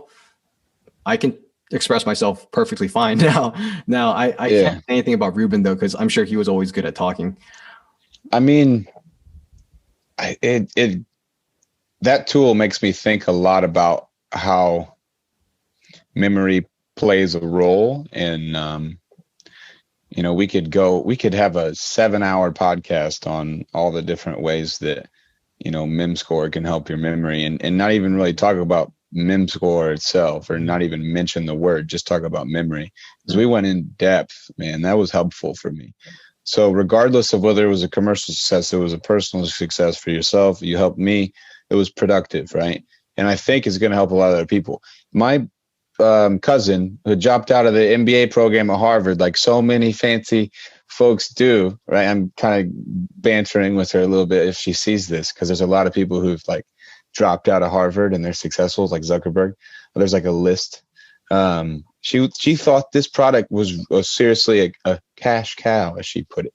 If it just lines up with the right folks, if it lines up with the right medium, obviously the phone application as opposed to just the web-based application for starters. But man, it is a golden nugget, because I want to keep motivating you to do that. If you think that I've done some cool stuff with my athletic stuff, man, that it was inspiring to be a part of, and I hope you keep doing it, because it was awesome. And it's something that I always like when I'm talking to myself. I was like, you should use MIM score, and I'll use it very rarely. But what I have noticed is, like, I listened on Audible, double speed, as we like to do, to Spinoza in 90 minutes. So it took about 40 minutes. And I listened to it 10 times in a row. And we talked about how like rereading or re-listening or highlighting doesn't necessarily work, but there's a duration problem. And you can kind of temporarily solve for the duration problem with the summary, and then playing it on really fast speed, and then listening to it over and over and over again, to where I can, when I was using my working memory in conversation, I felt like I knew that book really well. But like we established, to get it to your short term or long term, you have to practice it on a schedule. Yeah. So it's been 4 days.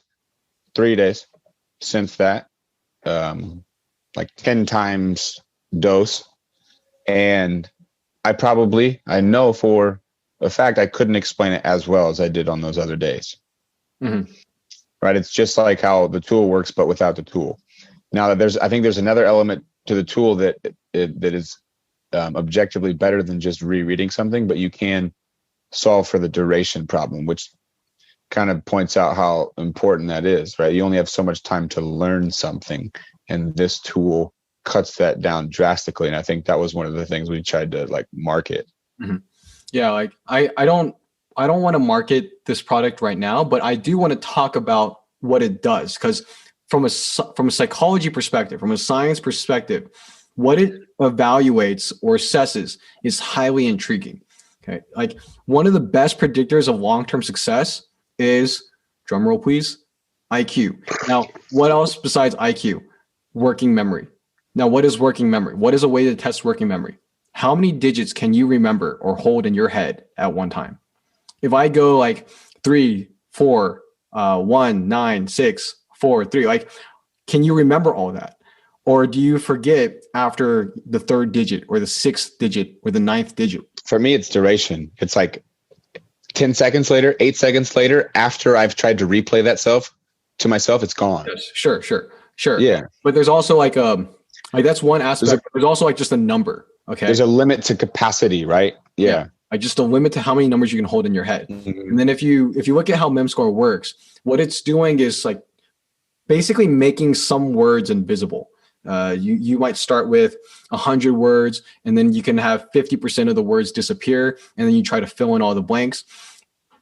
If you're relying on the context and you're relying on what you've just read to deduce what follows, then you're having to hold in your mind all these ideas, the vocabulary, the semantic relationships between the words. And this is actually extremely difficult.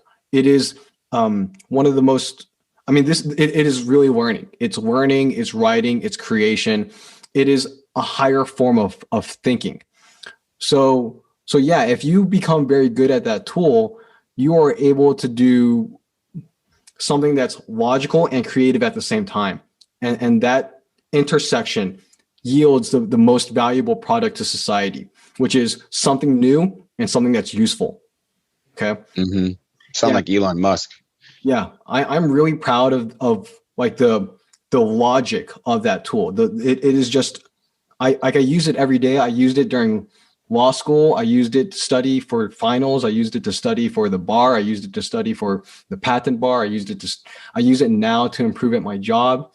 It's hard to provide measurements that indicate this, but I have managed to become more fluent in so many more like bodies of work, like subjects, because of it. Because I learned how the experts express ideas. The experts in each field express ideas.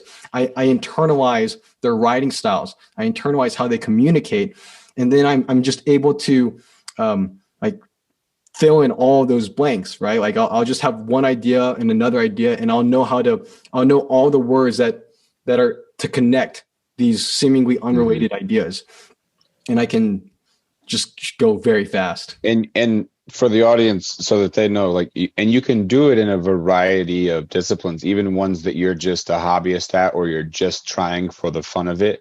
Like you've done some hip hop lyrics that are impressive. Whether or not you can produce them into music that people like doesn't matter. The lyrics themselves, which is a product of your use of MemScore in studying other good lyricists, like they hold up, right? So even if it's something that you're just trying, because I think in your case, you're like, I just want to see if I can do this, right? It works. So I think that's a good sign. Whether or not it is, something to really hold on to, I think that's a good sign. Yeah, and we can talk about MemScore more in future podcasts as well. I hope we do. It's like if we're trying to tie it back to productivity, it's like one of the objectives of MemScore is to increase your intellectual capacity. Is to make your memory stronger, your working memory stronger, so that you can be more effective at your work, at studying, even in athletics. Because I'm sure in athletics you're thinking about, or like in a sport, you're thinking about the rules, formations, strategies. You even have to remember where your teammates are on the field, where your opponents are on the field. So you're processing all this information and analyzing it in real time. This is not like easy. This is not something that thoughtless people can do. You have to be very active, like mentally active to do all of this. And so MemScore was designed to help you with all of that, to improve your attention, improve your focus, improve your memory. And it succeeded. Like I feel like I have enough evidence to conclude that it does what it's supposed to. And then if you just have the desire to apply your augmented intellect to a task, then you're going to be more productive. You're going to be able to solve problems you couldn't before, and that should result in greater success in many areas of your life. Absolutely. You know how many ways we've said that in the last couple hours? I don't know. Man, no, I'm excited to keep talking about MemScore because I want more people to hear about it. I want you to reap the rewards of creating a cool tool. Selfishly, I want to see people enjoy it because I've been one of these only promoters of it, and was on the ground floor, got to see and help, not with the nitty, like the real detailed elements of the genesis of it or even the coding of it, but I got to see where you were at and then help you get to where you wanted to go. And that was a cool thing. So selfishly, I want all of that work that we did to be useful and productive. And that's part of why you work hard. And that's part of why the people who can see eustress versus distress typically see it as eustress because they've felt that before. They've worked hard and haven't had something go well, that it's been a commercial failure, but then they sit there and they're like, what did you do after you said it was a commercial failure? Like, I don't really like talking about it too much. It was a commercial failure, but then you said all the different ways that personally it was a success. I gave you some validation that it was a success for me too in a lot of ways. And I think we came up with ways that, yes, it is a success, but at first you're always going to come off to the public like, yeah, it was a commercial failure, because that's just the way you are. But the reason that you're successful, or one of them, is because you are that way. And you can keep calling it a commercial failure because it's going to be better for the memoir, but that thing was a success. Well, and I wanted to be honest here. I wanted to make it clear that I'm not talking about this because I want to promote it. I'm talking about it because it's a good story, and it's insightful, right? So we talked about productivity and like how you have to sometimes resist forces. Well, the market, the structure of the market is imposing all this resistance against me. Like it's not like it's so easy to start a business and succeed. There are all kinds of barriers to entry that are at play here, and so even with my talents, however great they may be, I still just could not overcome all those barriers at that time. Like I'm not willing to admit defeat. This is still an ongoing project. I am putting it on the back burner because there are other investments that are more lucrative. Like but still. That's what I was going to say. And your lifestyle, from what I've gathered, right, it seems to be pretty inexpensive. And you've mentioned that before. You're very efficient at spending money, and you have ways to earn more of it. That's basic economics. You know, like you're going to be good. Yeah. So like I think it's okay if I say that I'm a lawyer, so that's, and it's a patent attorney too. So I make a good amount of money from that. And then I also own investment property. I have other sources of income, right? Like just assets, stocks, etc. You have the thing that I'm really working hard for, which is financial security and then some. And I'm knocking on that door because when I break through that thing, watch out. I can wait. I'll be patient, but man, it's going to be great. Mm-hmm. But the reason why I said all that is not to like show off, to like, it's that like, yeah, I failed. I succeeded at these things, and it's good. Like it's nice to have that security to insulate me from failure. Nevertheless, I still failed at that one thing, and you know what? That's not the last thing I'm going to fail at. We have to constantly try things, and that means that some probability of the time we're going to fail, but some probability of the time we're going to succeed. In my entire life, I have tried so many things. I've tried track, I've tried gymnastics, I've tried football, I've tried swimming, I've tried piano, I've tried like singing, I've tried literally, like not literally, but figuratively. Interpretive dance. I've seen this man interpretive dance, dude. It's pretty good. Like that's what I mean. Like you're a generalist in some sense, although you are, specifically really good at patent law, right?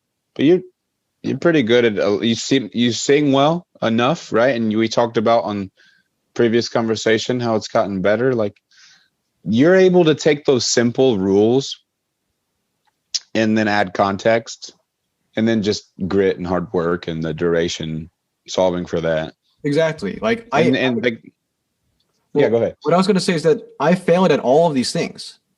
Like even academics, which is supposed to be my crowning achievement, I was bad at the beginning. I used to be like the worst writer, the worst speaker. My English grades were low. So this was not originally my strength, but I was in possession of these rules. Like I knew about these ideas of how to improve myself. And then I just applied my unremitting drive to this problem. I worked for years, every single day for hours, just trying to be better. And then after 10, 15, 20 years, I reaped the fruits of my labor. I was able to experience success. And that's really the distinction. It's a lifetime of failure for that instant of glory, instant of success. And like, it's nice. Man, I want to talk about how I first was introduced to you or met you. It's because of flat floors. Oh, yeah. So you were coming to the lab gym in St. Louis, Missouri, when I was employed there. And you came there because you told me the floors were flat and that's really all you needed, other than, like the bar and the weight. And I thought that was funny, first of all. And I've met people like you who are organized like you and carry themselves like you. And I've known to keep an eye on them because you can learn stuff. So I kept an eye on you, and you were doing weightlifting things, but you were doing them in 5-finger Vibram shoes. And everyone was like, who's that guy doing weightlifting in 5-finger toe shoes? Because the standard is not that. And that was abnormal. That wasn't the only thing abnormal.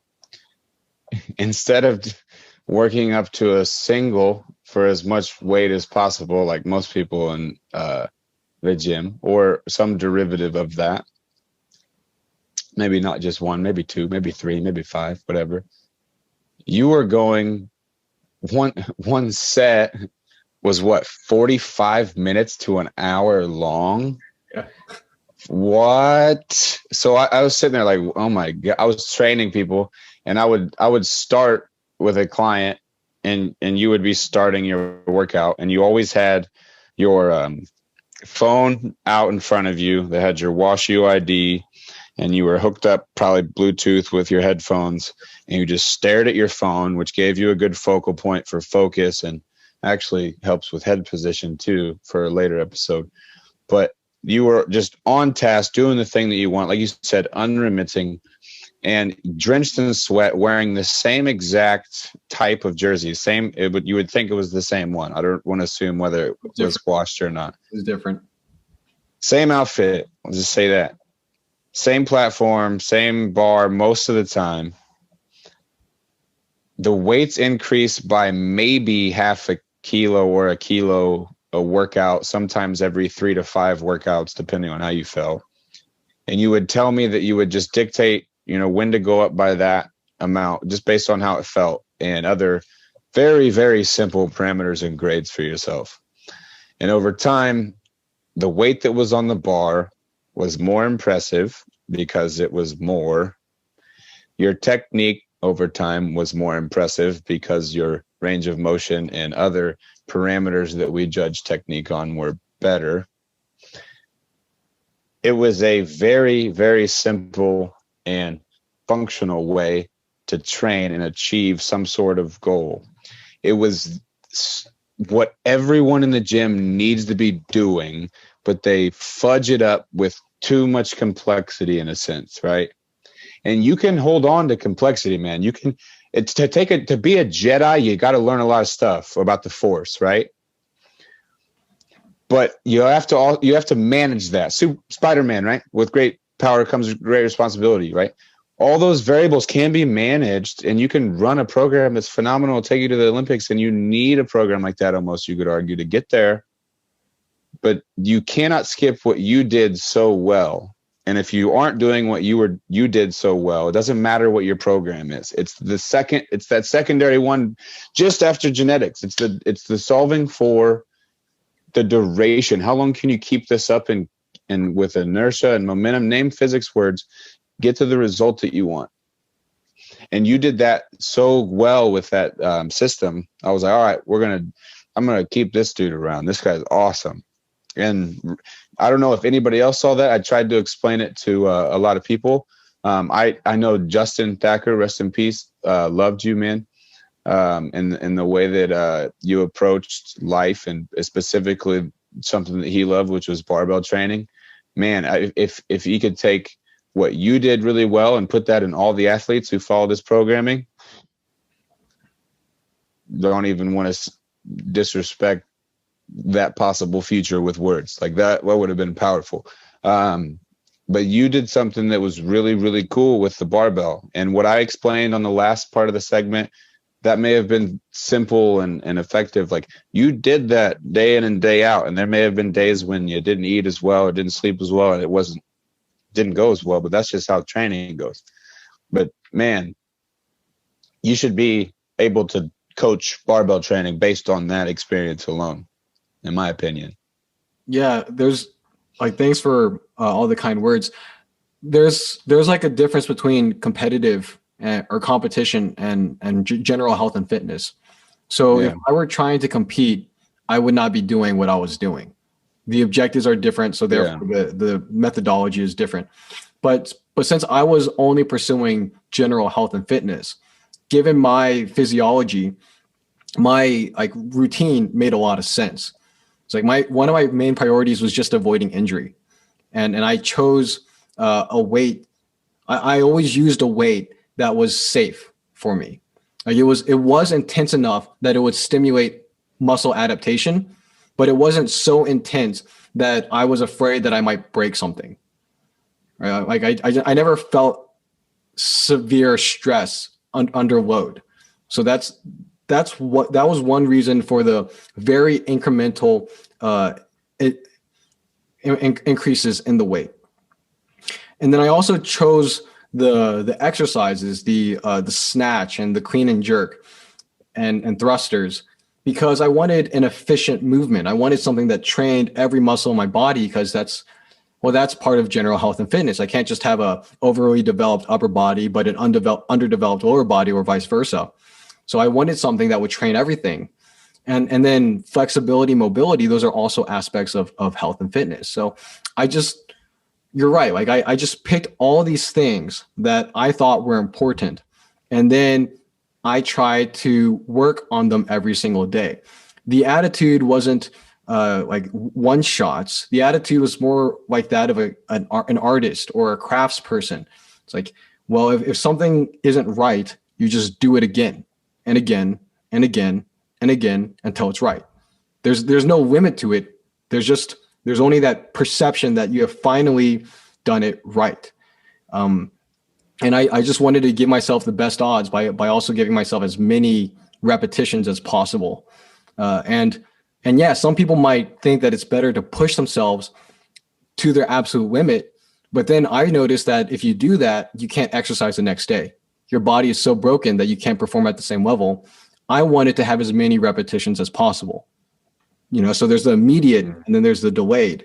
And so I always controlled the intensity so that I could exercise 40 minutes Monday, Tuesday, Wednesday, Thursday, Friday, Saturday. And I did not feel like I was going to die Sunday. It was a sustainable kind of activity. And yeah, like my physique, it was great. My physique is still great. I had like 6% body fat. I look like an athlete. I look like I should be able to run really fast and jump really high and do all these great things. Cause I am generally fit, but I'm not a competitive athlete. I'm not built for that. So that's like the main difference between our approaches to fitness. You're accurate again in that if you were trying to win a gold medal in Olympic weightlifting, you wouldn't do that. But you had the principles, practice them well, and those variables that you chose, you were consistent with. And that's truly, if you want to find some truth in that sport, that's truly how you do it, is just consistently solve for those variables that we talked about. Where are you? Where are you going? How fast you going? Right. And then there's a lot of other shit that's going to get in your way. Or in the case of weightlifting, there's something you got to hold on to and put over your head and stand up, or you got to follow the rules. It is a beautiful sport. It's really hard, and I don't do it anymore. That's not why I don't do it, but I do derivatives of it. Still got my weightlifting shoes I throw on every once in a while, but I never really did it anyway. I was doing it to get the experience so I could coach it, right? And because I was a part of a group or a tribe that really took a lot of pride in that sport, and I wanted to earn my respect in the tribe, and I loved it, and I had loved it even before I graduated college, and I got to go to a place that was one of the best places on the planet to learn it, objectively speaking. And you can talk to a lot of people and a lot of coaches and colleagues of JT, like I said, rest in peace, that will tell you that his system and philosophy, even now, like if there are still people doing it, which I know I still practice his stuff every day with clients, that it was one of the best out there. And he was doing everything he could to document that in a way that allowed people to take advantage of all those variables that he knew were so important. And if anybody can, and if we get a tool that can take all the things that he had in his head and put it in some sort of parable that that some people can understand, that, but I don't. It's hard to do that. It's like asking me or you to listen to Sean Carroll talk about the many worlds interpretation and be like, yeah, you get it. He says you can get it because if you can balance a checkbook, you can understand quantum mechanics. Well, to a point, So it's like I think I want to be respectful as possible because he's one of my heroes and no longer here. But if he had the tool, like I said, put all those variables together, and then that tool allowed his athletes to truly manage themselves in a more similar way than you did, more people would have won even more medals than they did. And people were already winning and finding a lot of success. Mm-hmm. And it's always on the individual, right? It's always on the person lifting the bar. And that's one of the beautiful parts about the sport. And he helped a lot of people, even though a lot of them didn't want to help themselves at times, And he continued to do that and do that and do that. And weightlifting, you got to be self-interested. You got to be selfish, man. But like you said, you'll find that doesn't look like what our typical idea of selfishness really looks like. Mm-hmm. I think that's a good place to wrap up. If you have anything else to say, man. I think that's a great place to wrap up. It's Yeah. been nice talking to you, Reuben. Learn to watch. It's been very good talking to you, dude.